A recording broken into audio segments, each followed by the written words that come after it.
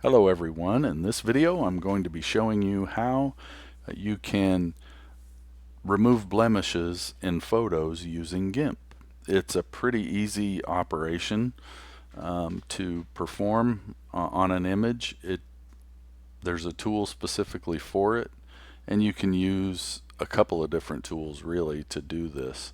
But you'll see here I have an image that I got from pexels.com. If you're interested in the image, the link to credit the originator of the image is in the description of this video. So as you'll see here, we have this woman. She's looking back at us and she's smiling, but she's got a small blemish on her face, and we want to clear that blemish up. So I'm going to zoom in really close so I can see it. Maybe not that close. And I'm doing this by holding down Control and just using my scroll wheel on my mouse. If you have a scroll wheel, you can do that. Otherwise, you can hit the minus.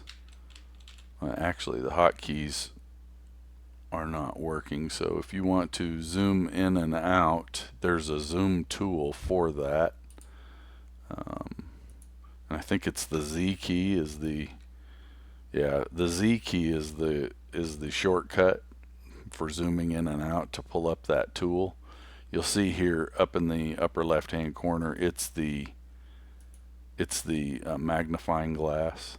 That's the zoom tool. It's really the only tool there, so you should have it in your toolbar. But you can click this, and then it's set to whatever is selected here in the left. So if you have it clicked on zoom in, every time you click it's going to zoom in. If you have it on zoom out, it's going to zoom out every time you click. So whatever it's set on, that's what you're going to be doing.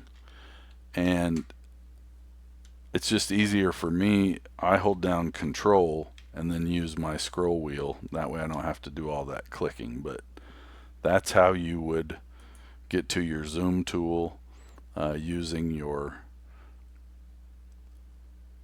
the tool itself by clicking the button and then choosing the settings.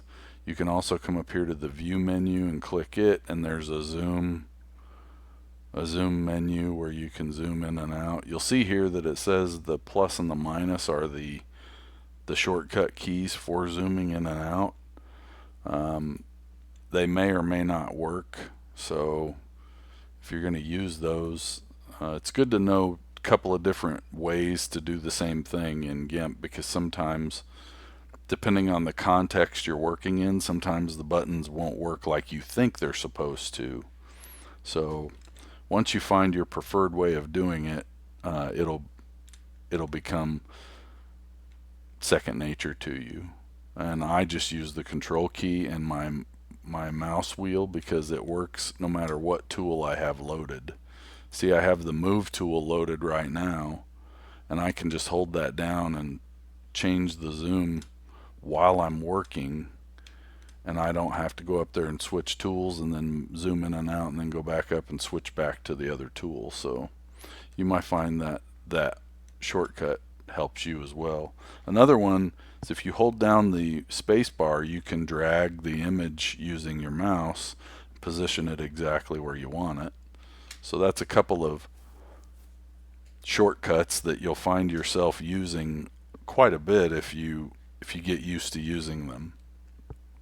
At any rate, we're looking at the healing tool, and you won't see the tool here in your menu by default. What you'll see is a clone tool, but any of these buttons that have this little triangle in the lower right hand corner, that means it's a tool group, and there's other tools in there too.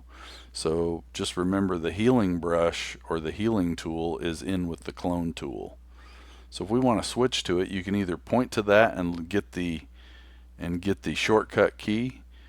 You won't be able to, if you point to it and try to come down here and select healing tool, it will go away before you get to it.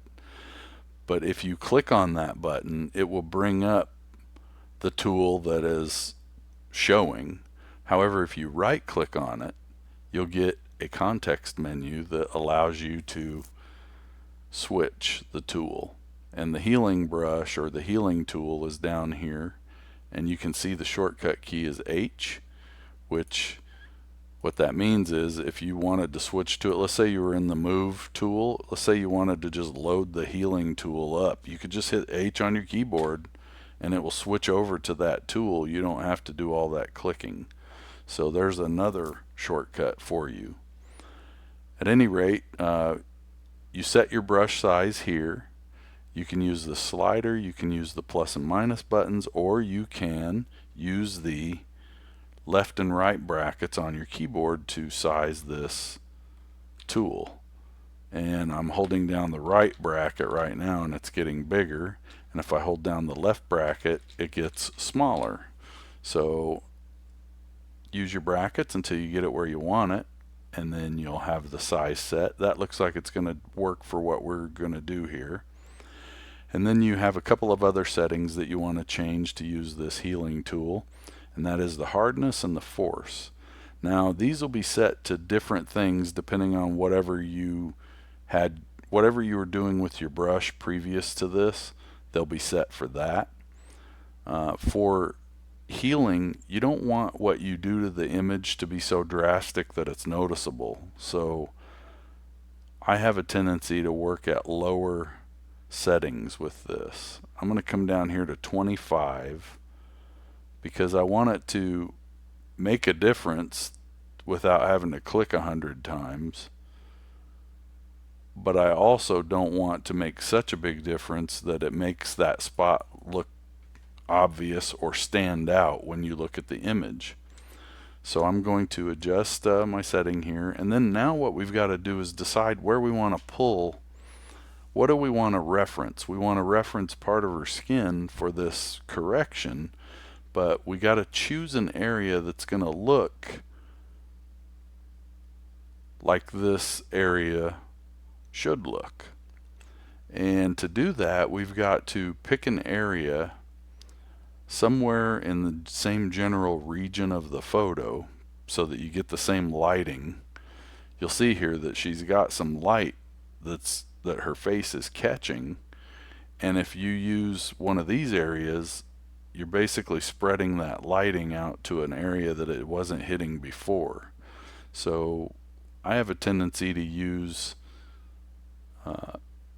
areas, if the light's coming from the left like it is in this case and a little bit up, I have a tendency to use areas of the photo